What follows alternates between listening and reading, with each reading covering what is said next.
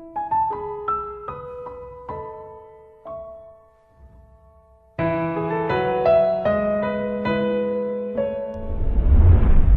morning. Hello viewers. You are welcome to today's devotional using the daily fountain of the Church of Nigeria, Anglican Communion. Please invite your family and friends for this study. Let us pray. Our dear Heavenly Father, we are so grateful to you. You have enabled us to sleep like babies, and we woke up this morning like giants. We glorify your name for the gift of today. Again, this is the day the Lord has made. We shall rejoice and be glad in it. Bless your people, edify them. And the Lord direct me so that as I speak, your word will minister to them. In Jesus' mighty name I pray. Amen. Again, good morning, my dear listener. Our text this morning will be taken from the book of Romans, chapter 12, from verse 9 to 21. And the theme of this text is doing things that make a big difference. Again, doing things that make a big difference. This morning, I challenge you by the grace of God. You can be that person that will make a big difference to somebody else. I believe it strongly by the grace of God. Doing things that make a big difference. If all of us in our nation today, if we begin to do things in our own little ways, you see that our nation will be a healthy nation. And so I really thank God for Apostle Paul, who challenged the Roman Christians that they need to make a difference. You know, the Roman Empire was a big empire, and the Roman in the New Testament time, it was really a city that was boiling. It was a world power. In other words, it's a place that people yearn to go to. So it's not about where you are. It's not about where you want to go. But where you are you really making a difference in that place? I want to believe by the grace of God that Apostle Paul wanted the Christians at Rome, in Rome, to really be part of the greatness of their time, in their own time. You will be part of the greatness of our nation. You will be part of the greatness. Let us read the text. Text taken from Romans chapter 12 from verse 9 to 21. I read, "Let love be without hypocrisy. Abhor what is evil. Cling to what is good. Be kindly affectioned to one another with brotherly love, in honor, giving preference to one another." Verse 11, "Not lagging in diligence, fervent in spirit, serving the Lord." Verse 12, "Rejoicing in hope,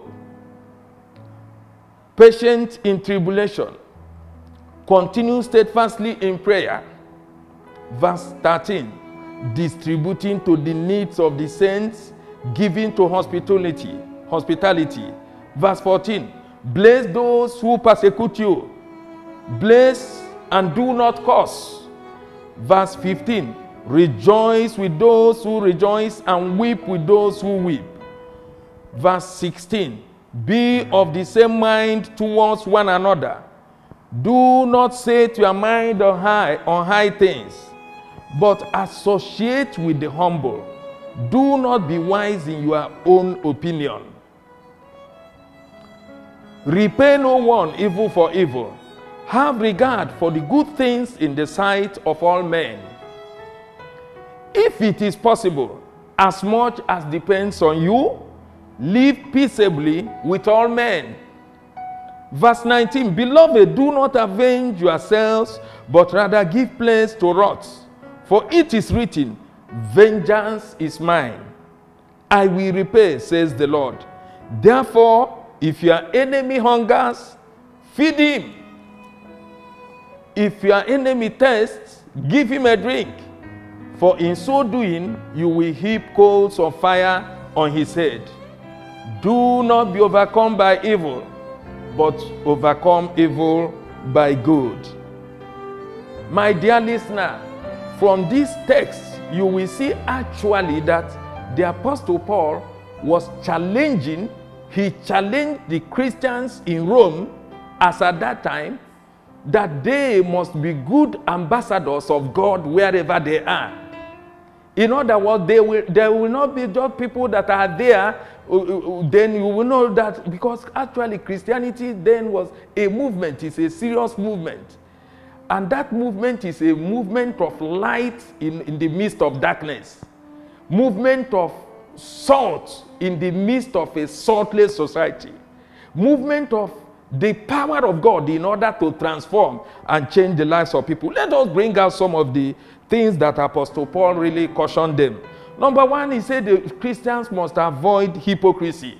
We see that in verse 9. Are you listening to me this morning? Are you a hypocrite?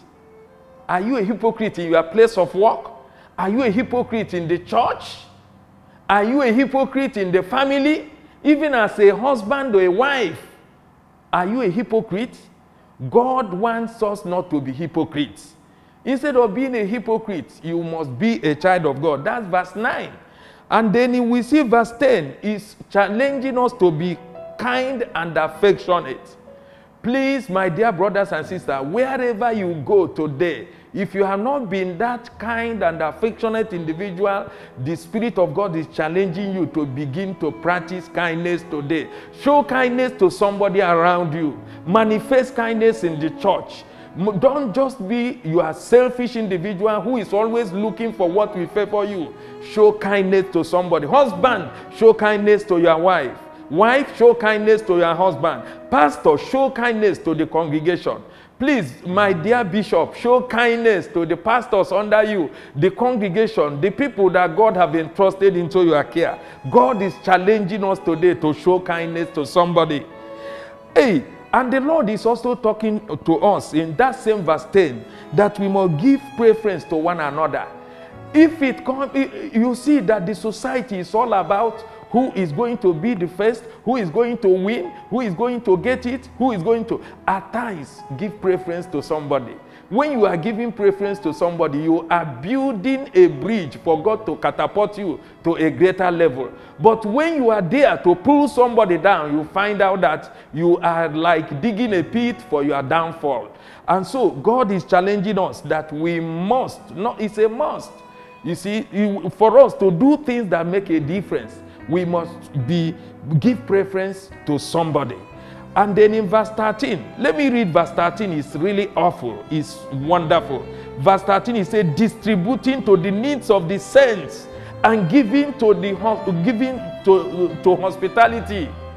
Look at our church today. Look at the percentage of those that cannot eat 3 meals a day. Look at the society today. Please, this is a time to show hospitality. We must not show hospitality. You must identify that somebody that is very close to you, or somebody that is in your place of work, or somebody that is in your congregation, or somebody that God placed on your way that you need to show hospitality to. At times you show hospitality in different ways. You can show hospitality by offering a direct help. You can show hospitality by helping somebody with your money. You can show hospitality by leading somebody to somebody who can help him. But you might be that channel of blessing that somebody will receive a helping hand today. God bless you as you are listening to me. And then in verse 15, Apostle Paul challenged us that we must not return evil for evil. We must return good for evil. If anybody have offended you, please do not offend the person in order to revenge. Leave it, because vengeance belongs to God. Husband, leave vengeance to God. Wives, leave vengeance to God. Young people, do not go in to say, look, I'm going to revenge. I'm going to go back. I will get him. One day I will get him. No, you don't have to get him. Leave him in the hand of God. God who knows. God is the avenger. God knows. He's the God of justice. So he's telling us that in making a difference today, we can forgive somebody. Instead of going to revenge, you can always forgive. And then in verse 16, let us be of the same mind. You know what it means to be of the same mind? If it is for us to work together. In other words, when the children of Israel were fighting their wars, You remember, at a point in time, they held Moses' hand. 2, Aaron, and so held the hand together. As long as Moses' hand was held, they were winning the battle.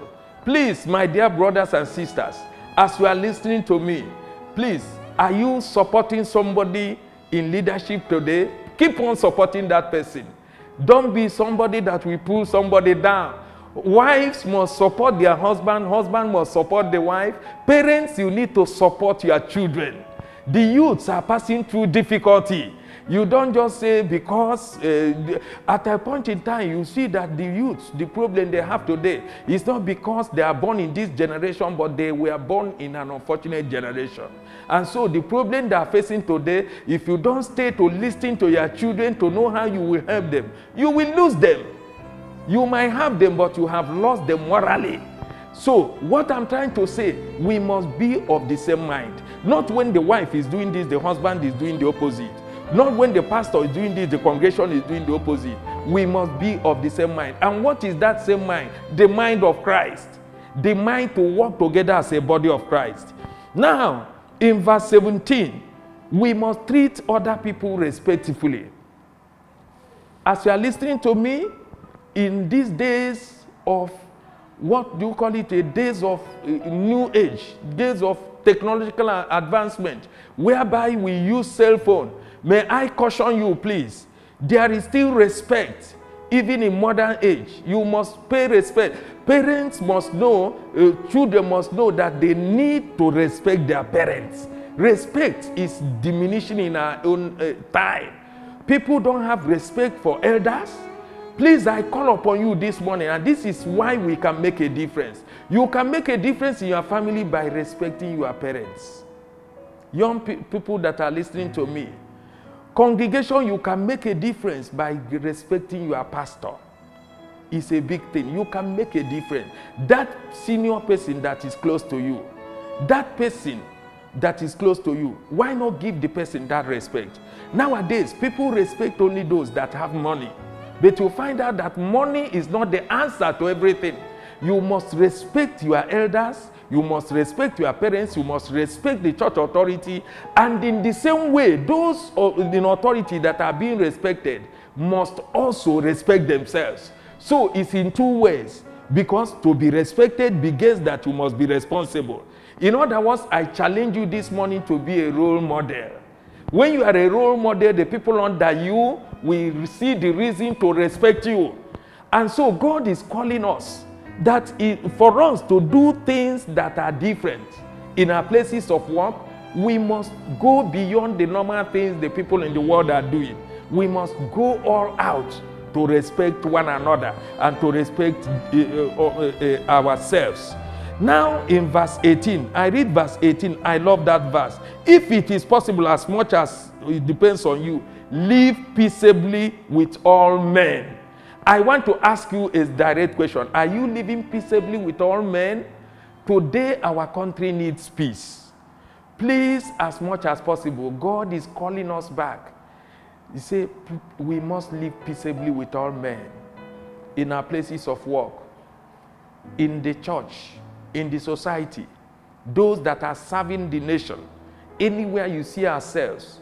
If we are agents of peace, God can use us to bring peace in that place we are working.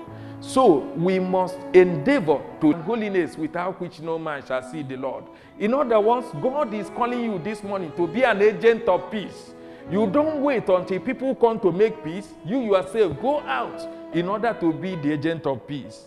And then finally, we must leave vengeance to God. Before I pray for you, I remind you, I know at times many people are hurting. There are some wives that are hurting. There are some husbands that are hurting. There are people that are hurting in their place of work. Leave everything to God. Vengeance belongs to God.